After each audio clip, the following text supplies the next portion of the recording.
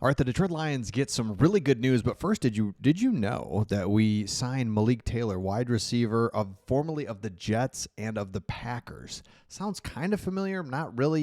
You dig into him. He did play at Ferris State, joins the team on came to the tryouts, gets signed to the 90-man roster based on his performance at the tryouts. So as we get closer to training camp, which is not very far away, another guy to keep kind of in mind as we watch this, because we know our wide receivers, but then that's the camp kind of battles that we're going to pay attention to. So Malik Taylor's one other thing on him, and I'll get to the good news here real quick, but he was drafted originally by the undrafted, then went to the Tampa Bay Buccaneers, then signed to the Green Bay Packers, then went to the New York Jets, but he was with the Packers for 3 years, the Jets for 3 years, and then signs the Lions. So it's like a veteran guy that, I know we talk about the rookies, the new guys, but Malik Taylor, kind of keep an eye on that. And he's looking for that wide receiver 5-6 role right at the end of the roster. We know that we've got St. Brown, J-Mo, Khalif Raymond, Tim Patrick are kind of our guys. Tesla's going to be in there, of course. And then after that, I don't know. Maybe he's got an opportunity. So interesting little keep an eye on right there. Okay, now for the good news. I love this, the way that this article is framed up. And basically, let me pull it up here for you. Well, 1 second. Hold on. Let me get this. Let me get it. All right, it's from ESPN, and it's talking about ranking the NFL wide receiver, tight end, and running back groups for 2025.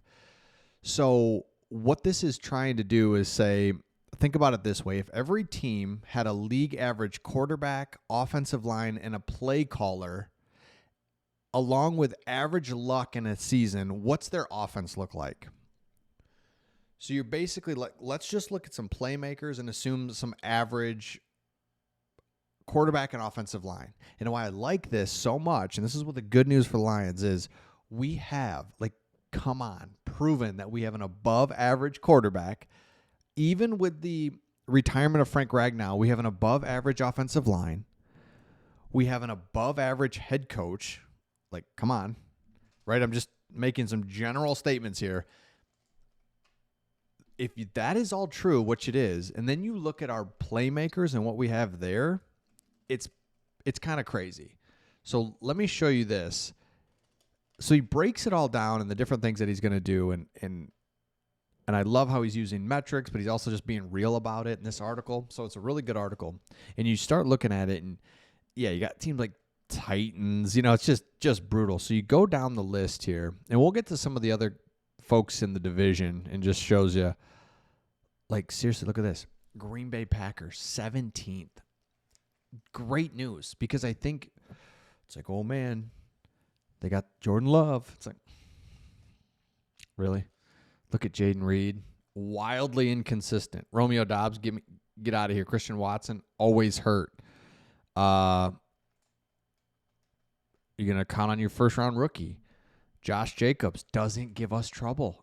You know what I mean? I think he's an outstanding running back, doesn't give us trouble. We stop the run. So let me go down the Lions first, and then we'll go back to the other teams in the division. But, again, just pretend we're all average here. The Detroit Lions at number 2. And so we know this, but I think we don't. We forget this as Lions fans. We take it for granted.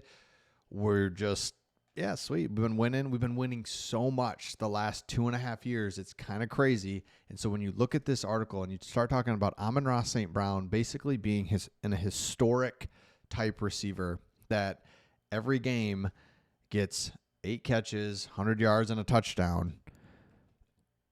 Jared Goff, Amon-Ra St. Brown doing their thing again. So 3 of the top of their 4. So he had an 81.6 catch rate last season, the second best rate for a wideout with 100 targets or more since 1992. So we're talking 30 years. He had the second best catch rate. This is one of the Amon-Ra St. Brown has had stretches of incredible stat lines. This one I think's the best. Remember, he went so many in a row, consecutive catches. When the ball is thrown to him, it's caught, and it's There's so much more involved with that. He gets open. He's got good hands. Gets separation. Like all that stuff goes into it. So I love that. If he can get consistent help from Jamison Williams, who we all, again, 2 years ago, he's scoring in the NFC Championship game. Last year, did so many things for us. He is without a doubt incredibly explosive. JMO, the whole thing, fits in the offense. Love it. Jahmyr Gibbs. So if we had one of these guys, one or two, let's say we had two, Amon-Ra St. Brown, and then we had Jahmyr Gibbs, like that would be incredible. Throw in Jamison Williams. Throw in a two-headed monster of Jahmyr Gibbs and David Montgomery. There's an article out there that shows basically the yards Jahmyr Gibbs had, the touchdowns that he had, the receptions that he had, and then it shows snaps played. And it is half of Bijan Robinson. It is half of Saquon Barkley. So it's like, well, he had the same amount of yards as this, or he did this. It's like half the snaps. That's what's crazy. And that's the whole frustration of the last playoff game, is that use this guy to death because he hasn't played all year. I mean, he split reps all year. Use him. Run him into the ground next playoff game. Thank you. Okay. Next is Sam Laporta. He had the disappointing season with 700 yards, 7 touchdowns. Remember, if you're at the 1,000-yard mark in anything, rushing, receiving, that's really good. Right there. So Laporta's awesome. We've got everything that you need. And now here's the question. I'll give you my thoughts on this, and you let me know in the comments as well. When you lose Ben Johnson, I think it's definitely a loss, and I think Ben Johnson did a lot of put us in a lot of really good positions and made things easy for Goff. You just cannot deny that, and I think there's a lot of 2nd and 3 where he schemes something up and we get 6 yards on a nice little pass. I mean, that just don't go noticed, right? And of course, we all know the trick plays and special plays and gadget plays and whatever. 100%. However, one of the things that I think we all agree on is that we are too talented to have to screw around half the time.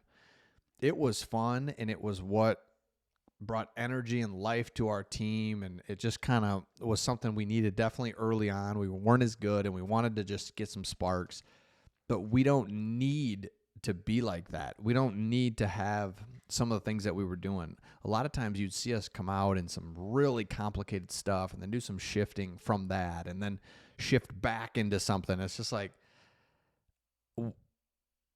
just hand it to Jahmyr. Like, what are we doing? We don't need to be doing all that stuff. So I think that's what's going to be really nice. I think we just get back to, we're an established good team now. And yes, the trick plays there. I think that's huge. I think we'll have an element of that for sure. But we can just line up now and give the ball to our really good players and go from there. So let me know your thoughts in the comments. Make sure you subscribe, and we'll see all of you on the next one.